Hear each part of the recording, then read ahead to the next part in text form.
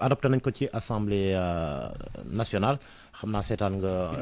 waxtaan wi foofu ci assemblée nationale député yi doon ko doon def ma fas yéene ànd ak Youssouf Bodian ci waxtaan wi yéen da ngeen bëggoon loi bi ñu tegandi ko ci suuf waxtaane ko waaye mu jot a demee noonu wala boog ñu ajourné ko sax mu jot a demee noonu adopté nañ ko démb noo leen gisee la fa xew assemblée nationale ak ban jàngat ngeen ci am d'abord. waaw d'abord Déthié je pense que da nga may permettre ma def tuuti benn flashback bu ndaw. parce que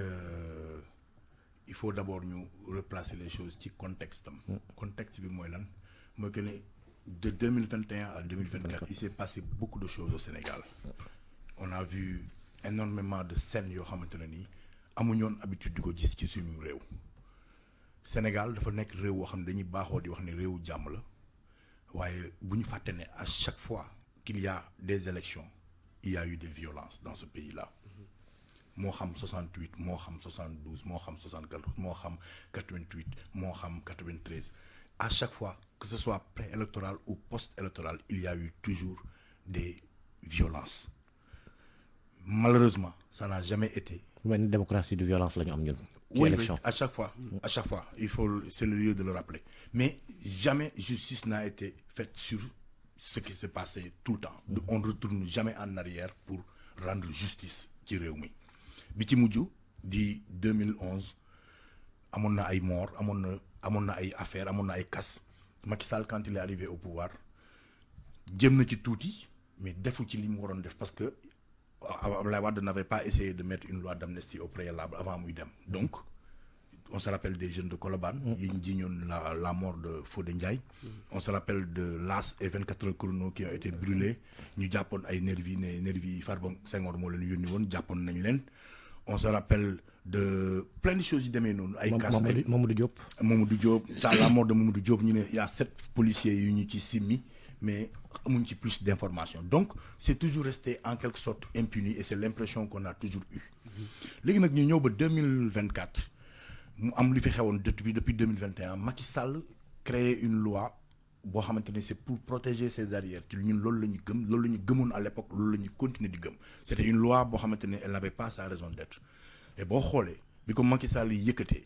ñun en tout cas Y'en a marre suñu position a été que on n'est pas d'accord sur ci loi bii nii mais Macky Sall dafa xëy tegal ñu ko sur la table on n'a pas le temps d'ouvrir un autre front dem di wàcc di xeexi parce que c'est wu béy wéy na mbuus ils ont leur majorité mécanique mais ce qu'on va faire c'est mettre la pression sur cette opposition kii ëllëg nga xam ne ñoom ñooy yari réew mi pour ku ci ñëw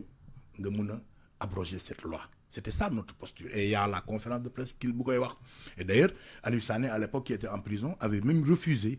bind benn lettre ne su nekkee sama génnum kaso amnistie lay jaar je préfère rester en prison donc ñu wax ko mais bi ñu koy def cette conférence li ci neex mooy on était à côté de maître Ablaye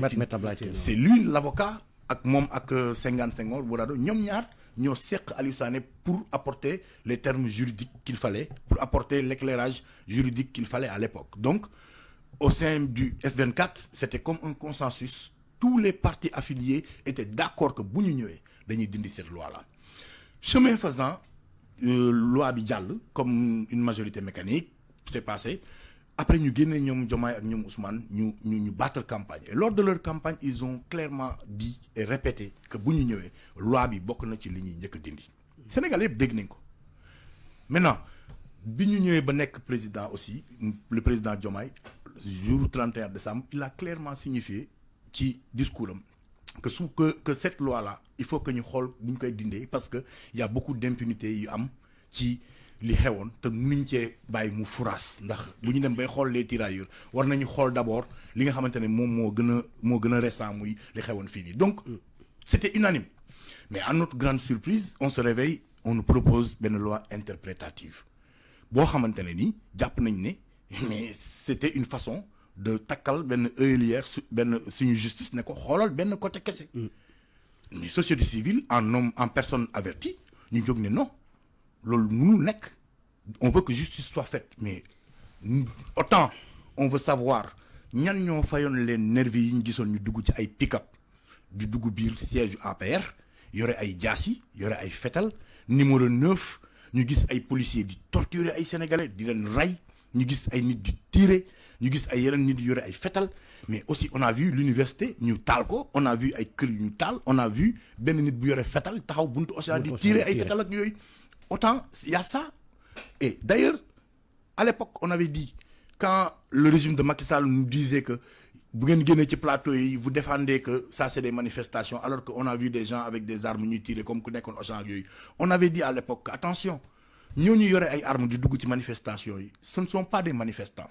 il faut qu'on fasse la part des choses pour ñun dañoo jàpp ne c'est les infiltrés de la manifestation c'est des voyous qui profitent d'une situation pour ñoom def seen liggéey boo xoolee bu làmb amee bu football amee bu jeexee da nga gis ay voyous yuy ñëw di ci infiltrer day mel ne ñoom ci la ñu bokk mais fekk bokkuñ ci ñoom beneen intention la ñu am ñun loolu lañ mës a gëm parce que ki dem di manifester moom pono lay taal moom barrière lay def moom xeer lay sànni mais ki nga xam ne defkat la nag il profite de cette situation de chaos pour pouvoir faire li mu bëgg a def parce que boo xoolee ay manifestants lu yoonam ci banque manifestant lu yoonam ci ay station service pour nangu xaalisu jàmbur donc ñooñu noonu nga xam ne ay wuyu lañ infiltrer les manifestations mais c'est impératif que ñu identifier lañ xam ñooñu ñan pour ñu jàpp leen et c'est ça le discours de la société civile. yaa ngi doon wax ay seen gis-gis mooy dafa mel ni interprétation bi ay erreur la. ñu teg pour orienter ko. ci sa gis-gis ñan la ñuy protéger au détriment de peut-être une justice équilibrée. oui mais moom laa lay wax c'est que interprétation bi Amadou Ba njëkk a teg. ba yëkkati ñun suñu kàddu ñu jóg soo xoolee ça a changé depuis.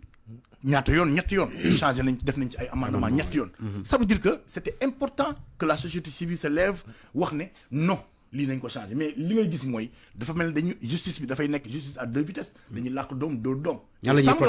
ñuy protéger xaw ma ñan xëy na arrivé au pouvoir ils ont des infos yu ñu amul ñun. mais en tout cas cette loi interprétative nous donne l'impression qu'il y a une frange de la société boo xamante ni ñoom seen ay jëf dafay war a rester impuni et que d'autres du nekk impuni ñun c'est la sensation ak le yëg-yëg bi ñu ci am moo taxoon ñu jóg di ci àddu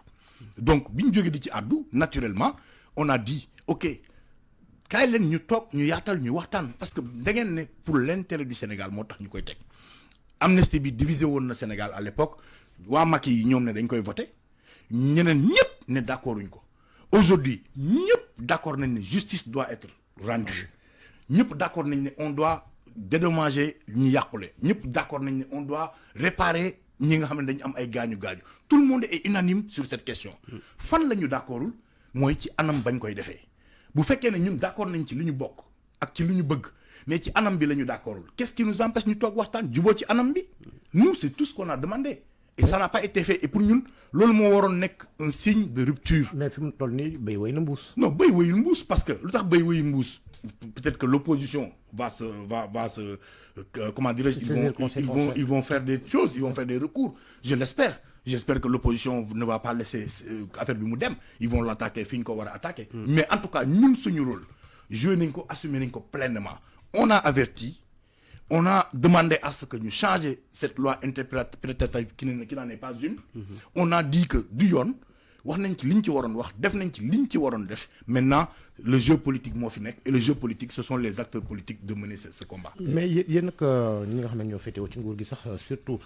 ki porté woon proposition de loi bi di Amadou Ba dégg nañ ko ci ay kaddu yi mu yëkki l'observateur di naan yenn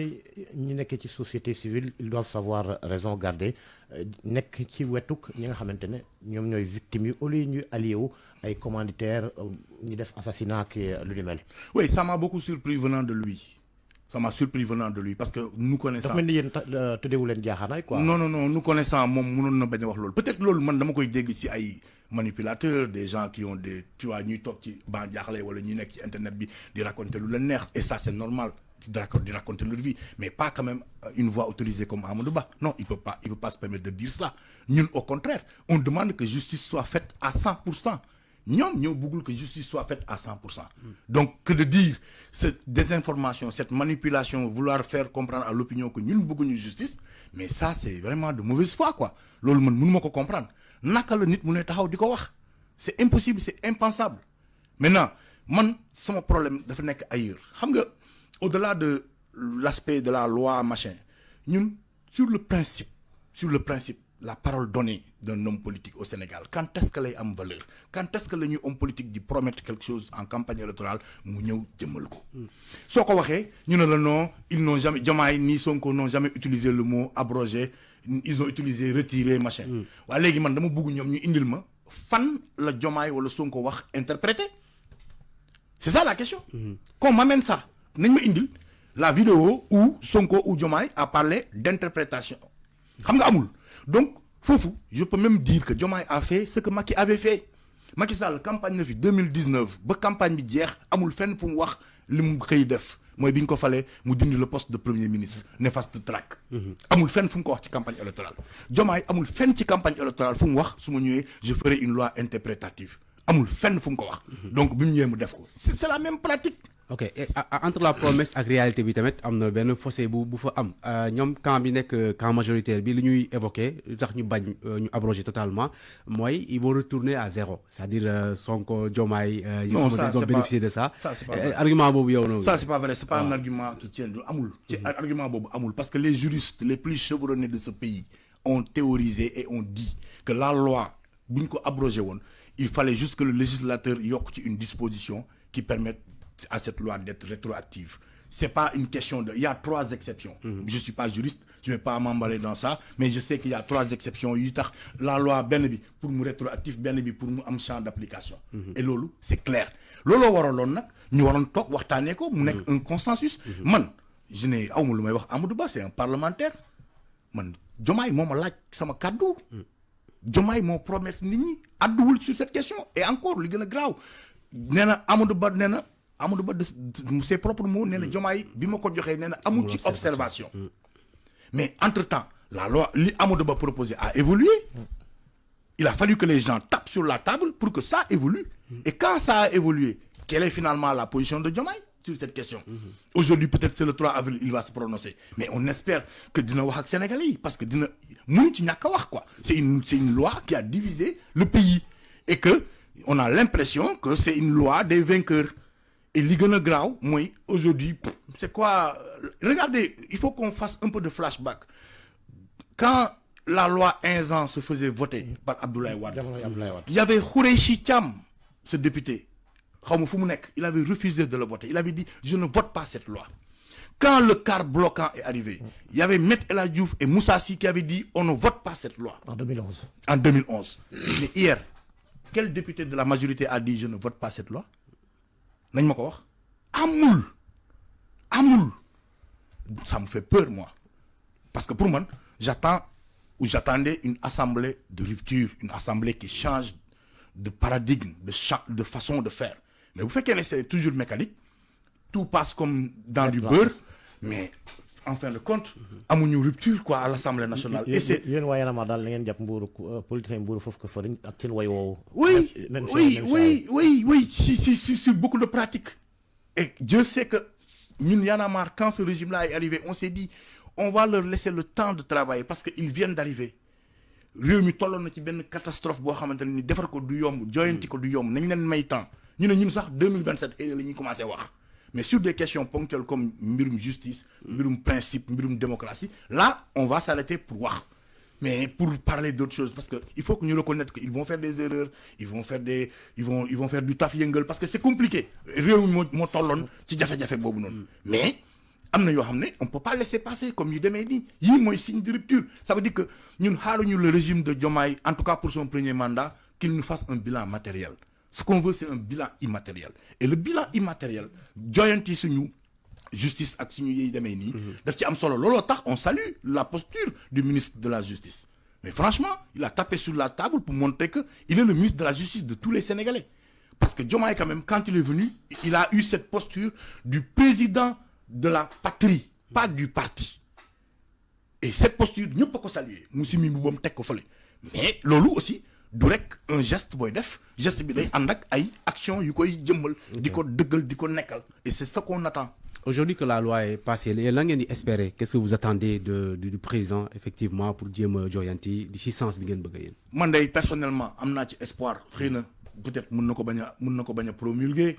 yaakaar naa ci li ma xalaat. opposition bi dinañ fexe aussi ñoom it xeex attaqué loi bi fi ñu ko war a attaqué yëpp. li leen yoon may yëpp ñu def ko. comme ne lañ amul benn observation bi mu ciy defati. ko kay dana promulgué amul woon observation. xëy na léegi am na ci observation. on ose l'espérer su fekkee ne moom li mu ko waxee c'est le président de la patrie et que gis na ne réew mi sur cette question là ñëpp d'accord uñ donte ñëpp ñoo bokk li ñu bëgg ñëpp a bokk li ñu bëgg justice la ñu bëgg mu am.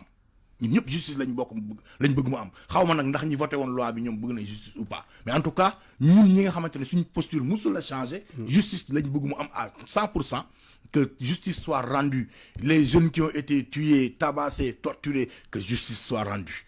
ñi ma gis nervi numéro 9 non mais attends tout ça là ne peut pas rester impuni kooku nit mënul xalaat ñun société civile ay magum jëm ñu toog naan loolu ça doit rester impuni kooku. mais le fait d'interpréter est-ce que forcément day promouvoir impunité comme. mais oui pourquoi interpréter cette loi man loolu laa mënut a comprendre. Pourquoi interpréter une loi qui est claire champ d'application bi clair durée bi claire période bi claire nga bëgg ko ñëw interpréter les chevronnés disent que c'est une autre loi qu'ils ont faite beneen loi lañ indi teg ko. on am na lañ ci soppi. mais dañ ci soppi parce que loi interprétative waroo soppi virgule da nga koy expliquer mais waroo soppi virgule une loi d'interprétation on l'attend peut-être sur la parité. La parité au Sénégal ba tey cacophonie boo xoolee ce qui se passe à la mairie de Dakar que ki ci topp deuxième bi jigéen la wala du jigéen même yooyu ay assemblée nationale deuxième bi jigéen la wala yooyu on attend une interprétation sur la loi de la parité. Parce que loolu voilà quoi loolu la mais une question aussi essentielle xaaruñ ci woon interprétation li ñu ci doon xaar mooy mu dëñ et que sénégalais yëpp yem ci justice bi am liberté ak pour mun a agir sur tout le monde et sur tout loolu la ñu doon xaar ci suñu justice loolu la ñu doon xaar ci suñu ay députés pour ñu defal ñu ko donc moi je reste sur ma faim par rapport à ce qui s'est passé mais sénégalais yi ils vont prendre acte parce que cette loi va porter préjudice inchallah lu leer laa lay wax dinañ ko waxaat c'est la première loi qui divise sous le règne de Diomaye et c'est dommage c'est vraiment dommage moi ça me fait de la peine que de savoir que on a fait voter une loi boo xamante ne ni ça divise les Sénégalais sous le règne de Diomaye parce que bi mu ñëwee il a dit je suis le président de tous les Sénégalais et qu'on arrête de nous dire ñii di wax ce ne sont pas la majorité c'est ñun on a 54%. Oui, mais Macky avait 58% en 2019. Ça n'empêchait pas à ñoom de dire le peuple. Et puis faut pas qu'on se trompe. 54%, il y a des gens qui se sont battus pour X raisons. Tout le monde en avait marre de Macky Sall. Tout le monde voulait que les choses changent. Et il pouvait avoir même 90% parce que les Sénégalais en avaient marre. Et ça ne reflète pas la réalité. C'est pas ça, hein. Il faut qu'on fasse très attention entre les partisans et le peuple. Ça, c'est très différent. Donc, aujourd'hui, quiconque peut dire la société civile, vous n'avez aucune légitimité pour parler au nom du peuple, c'est son problème. Mais hier, il n'y a même pas un an, on était légitime pour le faire. Ça veut dire que c'est les mêmes pratiques politiciennes qui reviennent, mais nous, ça ne nous décourage pas en tant que société civile. On continuera à avoir taxawaay bi ñu war a am ci réew mi lu gis ne dañ ko war a joyanti dinañ taxaw joyanti ko lu ñu war a wax dinañ taxaw ñu wax ko lu ñu ci war a xeex dinañ ko xeex ni ñu ko war a xeexee. et justement wax nga ni sànq c'est une bataille politique moo nekk ci kanam yéen société civile ban taxawaay ngeen fas yéene am peut-être pour. waaw mais ñun on va évaluer tu sais c'est pas seulement Y en a marre c'est une vingtaine d'organisations. Là c'est hier le vote. Aujourd'hui, nous, on est dans le débrief. On va se rencontrer, on va voir. On a déjà pris acte, mais on va se rencontrer et voir comment est-ce que nous, en tout cas, jusqu'à la limite de nos possibilités, nous, en tant que société civile, def ko. Mais nous, nous, nous, solo, def nañ ko. Moi, alerter nañ, aviser nañ, avertir nañ, talal nañ loxo. dégluwuñu ñu Sénégalais yi ñooy témoin ñun c'était ça le plus important def li ñu war mooy ñu naan def nga sa warugar dafa mel ne nga ànd ak sa mbër ci làmb ji sang nga ko ci mbukaay entraîné nga ko moom bëri bi nag moom la ñun léegi ñoom langue politique nañ bëri ñu xool lan lay mbir mi di jur. jërëjëf Thiat. jërëjëf Georges jërëjëf Dame. Cyril Oumar Touré Y'en a marre bokk ci société civile bi nga xamante ne addu woon nañ ci loi bi ñu adopté démb ci assemblée nationale jëm ci wàllu loi d'amnistie bi ñu woote woon daaw ci weeruk mars atub 2024 jërëjëf Youssouf Bodian nuyu ak ziyaara soxna Naata Mbaye ak ñamu àndal ca TFM ñu yendook jàmm. Vous avez besoin de caution sur des marchés publics ou privés? Adressez-vous à la SONAC. La SONAC est... Maaleykum salaam Georges. Thiat bu Y'en a marre bokk itam ci ñaar fukki kuréelu société civile yi nga xamante ne ñu ngi doon addu fan yi ci proposition de loi d'interprétation bu loi d'amnistie bi nga xamante ne démb adopté nañ ko ci assemblée nationale xam naa seetaan nga waxtaan wi foofu ci assemblée nationale député yi doon ko doon def ma fas yéene ànd ak Youssouf Bodian ci waxtaan wi yéen da ngeen bëggoon loi bi ñu tegandi ko ci suuf waxtaane ko waaye mu jot a demee noonu wala boog ñu ajourné ko sax mu jot a demee noonu adopté nañ ko démb noo leen gisee la fa xew assemblée nationale ak ban jàngat ngeen ci am d'abord. waaw d'abord Déthié je pense que da nga may permettre ma def tuuti benn flashback bu ndaw. parce que il faut d'abord ñu replacer les choses ci contexte am. contexte bi mooy lan mooy que ne de 2021 à 2024 il s'est passé beaucoup de choses au Sénégal. on a vu énormément de scènes yoo xamante ne nii amuñoon habitude di ko gis ci suñu réew. Sénégal dafa nekk réew woo xam ne dañuy baaxoo di wax ne réewu jàmm la waaye bu ñu fàtte ne à chaque fois qu'il y a des élections il y a eu des violences dans ce pays-là. moo xam 68 moo xam 72 moo xam 74 moo xam 88 moo xam 93 à chaque fois que ce soit préélectoral ou post-électoral il y a eu toujours des violences malheureusement ça n'a jamais été. mel ni démocratie de violence la ñu am ñun. oui à chaque fois il faut c'est le lieu de le rappeler mais jamais justice n'a été faite sur ce qui s'est passé tout le temps. on ne retourne jamais en arrière pour rendre justice ci réew mi. bi ci mujj di 2011 amoon na ay mort amoon na ay affaires amoon na ay casse Macky Sall quand il est arrivé au pouvoir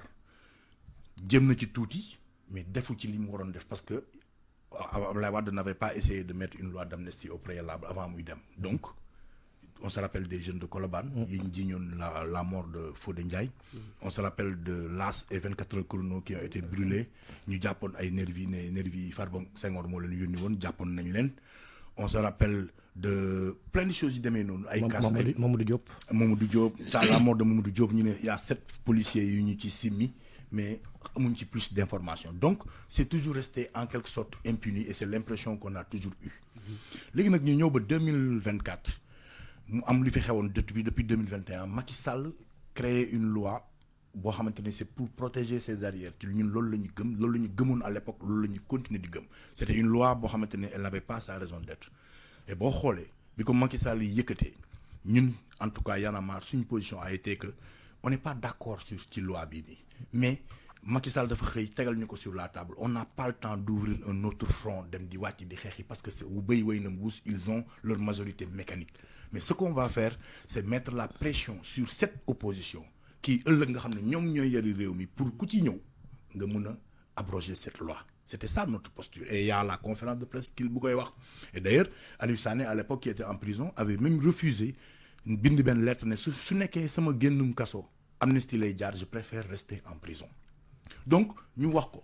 mais bi ñu koy def cette conférence li ci neex mooy on était à côté de maître Tine maître Ablaye Tine c'est lui l'avocat ak moom ak Senghane Senghor Bourado ñoom ñaar ñoo seq Aliou Sané pour apporter les termes juridiques qu'il fallait pour apporter l'éclairage juridique qu'il fallait à l'époque donc au sein du F24 c'était comme un consensus tous les partis affiliés étaient d'accord que bu ñu ñëwee dañuy dindi cette loi-là chemin faisant loi bi jàll comme une majorité mécanique c'est passé après ñu génne ñoom Diomaye ak ñoom Ousmane ñu battre campagne et lors de leur campagne ils ont clairement dit et répété que bu ñu ñëwee loi bi bokk na ci li ñuy njëkk a dindi Sénégal yëpp dégg nañ ko maintenant bi ñu ñëwee ba nekk président aussi le président Diomaye jour 31 décembre il a clairement signifié ci discours am que cette loi là il faut que ñu xool bu ñu koy dindee parce que il y a beaucoup d'impunité yu am ci li xewoon te nuñ cee bàyyi mu furaas ndax bu ñu dem bay xool les tirailleurs war nañu xool d'abord li nga xamante ne moom moo gën a récent muy li xewoon fii nii donc c'était unanime mais à notre grande surprise on se réveille on nous propose benn loi interprétative boo xamante ne ni jàpp nañ ne mais c'était une façon de takkal benn œillière suñu justice ne ko xoolal benn côté kese mais société civile en personne avertie ñu jóg ne non loolu mënul nekk on veut que justice soit faite mais autant on veut savoir ñan ñoo fayoon leen nervis yi ñu gisoon ñu dugg ci ay pick-up di dugg biir siège yu APR yore ay jaasi yore ay fetal numéro 9 ñu gis ay policiers di torturer ay sénégalais di leen rey ñu gis ay nit di tirer ñu gis ay yeneen nit di yore ay fetal mais aussi on a vu l'université ñu taal ko on a vu ay kër yu ñu taal on a vu benn nit bu yore fetal taxaw buntu Auchan di tirer ay fetal ak yooyu autant il y a ça et d'ailleurs à l'époque on avait dit quand le régime de Macky Sall nous disait que vous génnee ci plateau yi vous défendez que ça c'est des manifestations alors qu'on a vu des gens avec des armes ñuy tirer comme ku nekkoon Auchan ak yooyu on avait dit à l'époque que attention ñooñu yore ay armes di dugg ci manifestations yi ce ne sont pas des manifestants il faut qu'on fasse la part des choses pour ñun dañoo jàpp ne c'est les infiltrés de la manifestation c'est des voyous qui profitent d'une situation pour ñoom def seen liggéey boo xoolee bu làmb amee bu football amee bu jeexee da nga gis ay voyous yuy ñëw di ci infiltrer day mel ne ñoom ci la ñu bokk mais fekk bokkuñ ci ñoom beneen intention la ñu am ñun loolu lañ mës a gëm parce que ki dem di manifester moom pono lay taal moom barrière lay def moom xeer lay sànni mais ki nga xam ne defkat la nag il profite de cette situation de chaos pour pouvoir faire li mu bëgg a def parce que boo xoolee ay manifestants lu yoonam ci banque manifestant lu yoonam ci ay station service pour nangu xaalisu jàmbur donc ñooñu noonu nga xam ne ay wuyu lañ infiltrer les manifestations mais c'est impératif que ñu identifier lañ xam ñooñu ñan pour ñu jàpp leen et c'est ça le discours de la société civile. yaa ngi doon wax ay seen gis-gis mooy dafa mel ni interprétation bi ay erreur la. ñu teg pour orienter ko. ci sa gis-gis ñan la ñuy protéger au détriment de peut-être une justice équilibrée. oui mais moom laa lay wax c'est que interprétation bi Amadou Ba njëkk a teg. ba yëkkati ñun suñu kàddu ñu jóg soo xoolee ça a changé depuis. ñetti yoon changé nañ def nañ ci ay amendement ñetti yoon. ça veut dire que c'était important que la société civile se lève wax ne non lii nañ ko changé mais li ngay gis mooy dafa mel ne dañu justice bi dafay nekk justice à deux vitesses dañuy làq doom dóor doom. ñan la ñuy protéger xaw ma ñan xëy na arrivé au pouvoir ils ont des infos yu ñu amul ñun. mais en tout cas cette loi interprétative nous donne l'impression qu'il y a une frange de la société boo xamante ni ñoom seen ay jëf dafay war a rester impuni et que d'autres du nekk impuni ñun c'est la sensation ak le yëg-yëg bi ñu ci am moo taxoon ñu jóg di ci àddu donc bi ñu jógee di ci àddu naturellement on a dit ok kaay leen ñu toog ñu yaatal ñu waxtaan parce que da ngeen ne pour l'intérêt du Sénégal moo tax ñu koy teg amnistie bi divisé woon na Sénégal à l'époque waa Macky yi ñoom ne dañ koy voter ñeneen ñëpp ne d'accord uñ ko aujourd'hui ñëpp d'accord nañ ne justice doit être rendue ñëpp d'accord nañ ne on doit dédommager ñu yàqule ñëpp d'accord nañ ne on doit réparer ñi nga xam ne dañu am ay gaañu-gaañu tout le monde est unanime sur cette question fan la ñu d'accordul mooy ci anam bañ koy defee bu fekkee ne ñun d'accord nañ ci li ñu bokk ak ci li ñu bëgg mais ci anam bi la ñu d'accordul qu'est-ce qui nous empêche ñu toog waxtaan juboo ci anam bi nous c'est tout ce qu'on a demandé et ça n'a pas été fait et pour ñun loolu moo waroon nekk un signe de rupture. mais fi mu toll nii béy wéy na mbuus. non béy wéyul mbuus parce que lu tax béy wéyul mbuus peut-être que l'opposition va se comment dirais-je ils vont faire des choses ils vont faire des recours j'espère que l'opposition ne va pas laisser affaire bi mu dem ils vont l'attaquer fi ñu ko war a attaquer. mais en tout cas ñun suñu rôle joué nañ ko assumer nañ ko pleinement on a averti. On a demandé à ce que nous changions cette loi interprétative qui n'en est pas une. On a dit que du yoon wax nañ ci liñ ci waroon wax def nañ ci liñ ci waroon def maintenant le jeu politique moo fi nekk et le jeu politique ce sont les acteurs politiques de mener ce combat. mais yéen nag ñi nga xam ne ñoo féetewoo ci nguur gi sax surtout ki porté woon proposition de loi bi di Amadou Ba dégg nañ ko ci ay kaddu yi mu yëkki l'observateur di naan yenn ñi nekkee ci société civile ils doivent savoir raison garder nekk ci wetuk ñi nga xamante ne ñoom ñooy victimes yi au lieu ñuy allié wu ay commanditaires ñu def assassinat ki lu ni mel. oui ça m'a beaucoup surpris venant de lui. Ça m'a surpris venant de lui parce que nous connaissons. dafa mel ni yéen tëddeewu leen jaaxaanaay quoi. non nous connaissons moom mënoon na bañ a wax loolu peut-être loolu man dama koy dégg ci ay manipulateurs des gens qui ont des tu vois ñuy toog ci ban jaaxle wala ñuy nekk ci internet bi di raconter lu leen neex et ça c'est normal di raconter leur vie mais pas quand même une voix autorisée comme Amadou Ba non il peut pas se permettre de dire cela ñun au contraire on demande que justice soit faite à 100%. ñoom ñoo bëggul que justice soit faite à 100%. donc que de dire cette désinformation cette manipulation vouloir faire comprendre à l'opinion que ñun bëgguñu justice mais ça c'est vraiment de mauvaise foi quoi loolu man mënuma ko comprendre naka la nit mu ne taxaw di ko wax c'est impossible c'est impensable maintenant man sama problème dafa nekk ailleurs xam nga au-delà de l'aspect de la loi machin ñun sur le principe la parole donnée d'un homme politique au Sénégal quand est-ce que lay am valeur quand est-ce que la ñuy homme politique di promettre quelque chose en campagne électorale mu ñëw jëmmal ko soo ko waxee ñu ne la non ils n'ont jamais Diomaye ni Sonko n'ont jamais utilisé le mot abrogé ils ont utilisé retiré machin waaye léegi man dama bëgg ñoom ñu indil ma fan la Diomaye wala Sonko wax interprété c'est ça la question qu'on m'amène ça nañ ma indil la vidéo où Sonko ou Diomaye a parlé d'interprétation xam nga amul donc foofu je peux même dire que Diomaye a fait ce que Macky avait fait Macky Sall campagne na fi 2019 ba campagne bi jeex amul fenn fu mu wax li mu xëy def mooy bi ñu ko falee mu dindi le poste de premier ministre néfaste track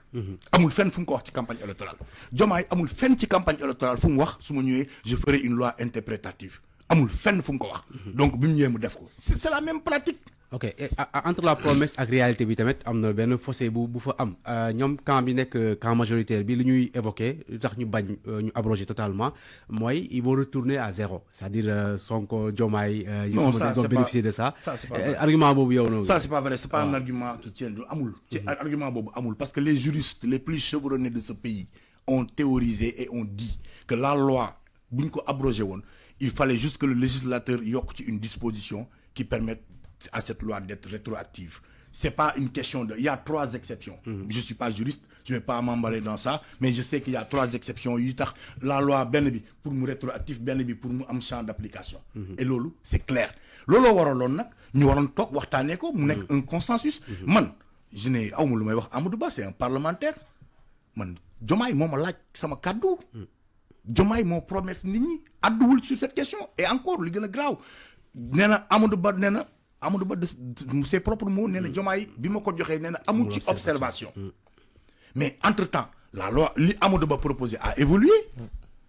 il a fallu que les gens tapent sur la table pour que ça évolue et quand ça a évolué quelle est finalement la position de Diomaye sur cette question aujourd'hui peut-être c'est le 3 avril il va se prononcer mais on espère que dina wax ak Sénégalais yi parce que dina mënu ci ñàkk a wax quoi c'est une loi qui a divisé le pays et que on a l'impression que c'est une loi des vainqueurs. Et li gën a graaw mooy aujourd'hui c'est quoi regardez il faut qu'on fasse un peu de flashback quand la loi Inzan se faisait voter par Abdoulaye Wade il y avait Khoureychi Thiam ce député xaw ma fu mu nekk il avait refusé de le voter il avait dit je ne vote pas cette loi quand le quart bloquant est arrivé il y avait Maître El Hadji Diouf et Moussa Sy qui avaient dit on ne vote pas cette loi en 2011 mais hier quel député de la majorité a dit je ne vote pas cette loi nañ ma ko wax amul ça me fait peur moi parce que pour man j'attendais une assemblée de rupture une assemblée qui change de paradigme de façon de faire mais bu fekkee ne c'est toujours mécanique tout passe comme dans du beurre mais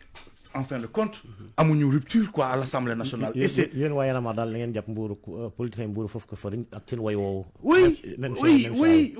si beaucoup de pratiques et Dieu sait que ñun Y'en a marre quand ce régime-là est arrivé on s'est dit on va leur laisser le temps de travailler parce que ils viennent d'arriver réew mi tolloon na ci benn catastrophe boo xamante ne ni defar ko du yomb joyanti ko du yomb nañ leen may temps ñu ne ñun sax 2027 la ñuy commencer wax mais sur des questions ponctuelles comme mbirum justice mbirum principe mbirum démocratie là on va s'arrêter pour wax mais pour parler d'autres choses parce que il faut que ñu reconnaître qu'ils vont faire des erreurs ils vont faire du taf yëngal parce que c'est compliqué réew mi moo tolloon ci jafe-jafe boobu noonu mais am na yoo xam ne on peut pas laisser passer comme yu demee nii yii mooy signe de rupture ça veut dire que ñun xaaruñu le régime de Diomaye en tout cas pour son premier mandat qu'il nous fasse un bilan matériel ce qu'on veut c'est un bilan immatériel et le bilan immatériel joyanti suñu justice ak suñu yiy demee nii daf ci am solo looloo tax on salue la posture du ministre de la justice mais franchement il a tapé sur la table pour montrer que il est le ministre de la justice de tous les Sénégalais parce que Diomaye quand même quand il est venu il a eu cette posture du président de la patrie pas du parti et cette posture ñëpp a ko saluer mu simi bu bam teg ko fële mais loolu aussi du rek un geste booy def geste bi day ànd ak ay action yu koy jëmmal di ko dëggal di ko nekkal et c'est ce qu'on attend. Aujourd'hui que la loi est passée la ngeen di espérer qu'est-ce que vous attendez du président effectivement pour jéem a joyanti di ci sens bi ngeen bëgg a yéen. man day personnellement am naa ci espoir xëy na peut-être mën na ko bañ a promulguer yaakaar naa ci li ma xalaat. opposition bi dinañ fexe aussi ñoom it xeex attaquer loi bi fi ñu ko war a attaquer yëpp. li leen yoon may yëpp ñu def ko. comme ne nañ amul benn observation bi mu ciy defati. kay dana promulguer amul woon observation. xëy na léegi am na ci observation. on ose l'espérer su fekkee ne moom li mu ko waxee c'est le président de la patrie et que gis na ne réew mi sur cette question là ñëpp d'accord uñu donte ñëpp ñoo bokk li ñu bëgg ñëpp a bokk li ñu bëgg justice la ñu bëgg mu am. ñun ñëpp justice lañ bëgg mu am xaw ma nag ndax ñi voté woon loi bi ñoom bëgg nañ justice ou pas mais en tout cas ñun ñi nga xamante ne suñu posture musul la changer. justice lañ bëgg mu am à 100%. que justice soit rendue les jeunes qui ont été tués tabassés torturés que justice soit rendue les ñi ma gis nervi numéro 9 non mais attends tout ça là ne peut pas rester impuni kooku nit mënul xalaat ñun société civile ay magum jëm ñu toog naan loolu ça doit rester impuni kooku. mais le fait d'interpréter est-ce que forcément day promouvoir impunité comme. mais oui pourquoi interpréter cette loi man loolu laa mënut a comprendre. Pourquoi interpréter une loi qui est claire champ d'application bi clair durée bi claire période bi claire nga bëgg ko ñëw interpréter les chevronnés disent que c'est une autre loi qu'ils ont faite beneen loi lañ indi teg ko. on am na lañ ci soppi. mais dañ ci soppi parce que loi interprétative waroo soppi virgule. da nga koy expliquer mais waroo soppi virgule. une loi d'interprétation on l'attend peut-être sur la parité. La parité au Sénégal ba tey cacophonie boo xoolee ce qui se passe à la mairie de Dakar. que ki ci topp deuxième bi jigéen la wala du jigéen même yooyu ay assemblée nationale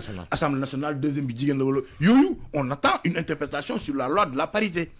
parce que loolu voilà quoi loolu la mais une question aussi essentielle xaaruñ ci woon interprétation li ñu ci doon xaar mooy mu dëñ et que sénégalais yëpp yem ci justice bi am liberté ak pour mun a agir sur tout le monde et sur tout loolu la ñu doon xaar ci suñu justice loolu la ñu doon xaar ci suñu ay députés pour ñu defal ñu ko donc moi je reste sur ma faim par rapport à ce qui s'est passé mais sénégalais yi ils vont prendre acte parce que cette loi va porter préjudice inchallah lu leer laa lay wax dinañ ko waxaat c'est la première loi qui divise sous le règne de Diomaye et c'est dommage c'est vraiment dommage moi ça me fait de la peine que de savoir que on a fait voter une loi boo xamante ne ni ça divise les Sénégalais sous le règne de Diomaye parce que bi mu ñëwee il a dit je suis le président de tous les Sénégalais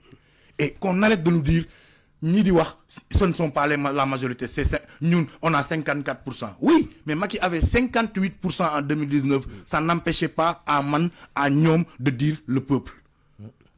Et puis faut pas qu'on se trompe. 54%, il y a des gens qui se sont battus pour X raisons. Tout le monde en avait marre de Macky Sall. Tout le monde voulait que les choses changent. Et il pouvait avoir même 90% parce que les Sénégalais en avaient marre. Et ça ne reflète pas la réalité. C'est pas ça, hein. Il faut qu'on fasse très attention entre les partisans et le peuple. Ça, c'est très différent. Donc, aujourd'hui, quiconque peut dire, la société civile, vous n'avez aucune légitimité pour parler au nom du peuple, c'est son problème. Mais hier, il n'y a même pas un an, on était légitime pour le faire. Ça veut dire que c'est les mêmes pratiques politiciennes qui reviennent, mais nous, lolo, ça ne nous décourage pas en tant que société civile. On continuera à avoir taxawaay bi ñu war a am ci réew mi lu gis ne dañ ko war a joyanti dinañ taxaw joyanti ko lu ñu war a wax dinañ taxaw ñu wax ko lu ñu ci war a xeex dinañ ko xeex niñ ko war a xeexee. et justement wax nga ni sànq c'est une bataille politique moo nekk ci kanam yéen société civile ban taxawaay ngeen fas yéene am peut-être pour. waaw mais ñun on va évaluer tu sais c'est pas seulement Y en a marre c'est une vingtaine d'organisations. Là c'est hier le vote. Aujourd'hui, nous, on est dans le débrief. On va se rencontrer, on va voir. On a déjà pris acte, mais on va se rencontrer et voir comment est-ce que nous, en tout cas, jusqu'à la limite de nos possibilités, nous, en tant que société civile, nous mais nous, nous, nous, solo, def nañ ko. Moi, alerter nañ, aviser nañ, avertir nañ, talal nañ loxo, dégluwuñu ñu Sénégalais yi ñooy témoin ñun c'était ça le plus important def li ñu war mooy ñu naan def nga sa waru gar dafa mel ne nga ànd ak sa mbër ci làmb ji sang nga ko ci mbukaay entraîné nga ko moom bëri bi nag moom la ñun léegi ñoom langue politique nañ bëri ñu xool lan lay mbir mi di jur. jërëjëf Thiat. jërëjëf Georges jërëjëf Grand. Cyril Oumar Touré Y en a marre bokk ci société civile bi nga xamante ne addu woon nañ ci loi bi ñu adopté démb ci assemblée nationale jëm ci wàllu loi d'amnistie bi ñu woote woon daaw ci weeruk mars atub 2024 jërëjëf Youssouf Bodian nuyu ak ziyaara soxna Naata Mbaye ak ñamu àndal ca TFM ñu yendook jàmm. Vous avez besoin de caution sur des marchés publics ou privés? Adressez-vous à la SONAC. La SONAC